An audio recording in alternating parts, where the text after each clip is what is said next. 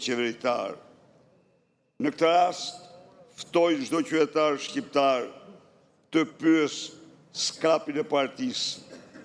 Pse Taulant Balla është i lirë dhe bën fushat kur ata flen mbi dosjet e krimeve të tij, kur ata disponojnë të gjithë dokumentat se ai është antar kryesor i grupit kriminal Toyota Yaris, i grupit kriminal të Suel Çels, i grupit kriminal të Bajrëve. Ftoj qytetar të pyesin SPAK-un ku kanë shkuar 130 milion euro të djegësit të Tiranës.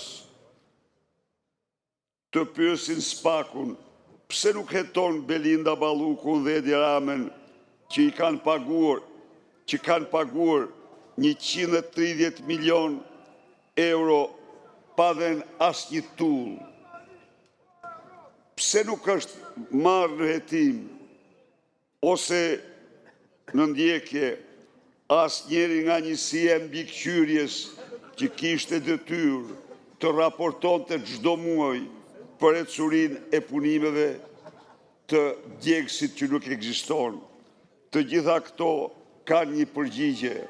Parat i mori Edi Rama kryesisht dhe pastaj i ndau me të tjerë. Të pyetet skapi ku kanë shkuar 80 milion euro për anijet fantazm, tigrat e famshëm të Belindës. Pse SPAK-u nuk heton Edi Ramen dhe Ballukun për këto para të vjedhura? Ku kanë shkuar 120 milion euro të check-upit dhe analizat nuk bëhen? Pse nuk hetohet Edi Rama për këto para që i ka dhënë financuesës së tij Vilma Nushi? Kush mori 60 milion euro të korrupsionit tunelit Llogaras, i ndanë së bashku me Lubin, apo i mori Rama kryesisht? Pse SPAK-u nuk heton për këto para të vjedhura? Pse SPAK-u nuk heton për abuzimin në detyrë për 110 milion euro që mori Beketi për shkak të mbylljes nga Edi Rama të Agon Channel? Po mbi 105 milion euro humbje të Air Albanias ku kanë shkuar? Pse nuk hetojnë Edi Ramen që u paguan nga parat tona të gjithë atë luks dhe qefe personale?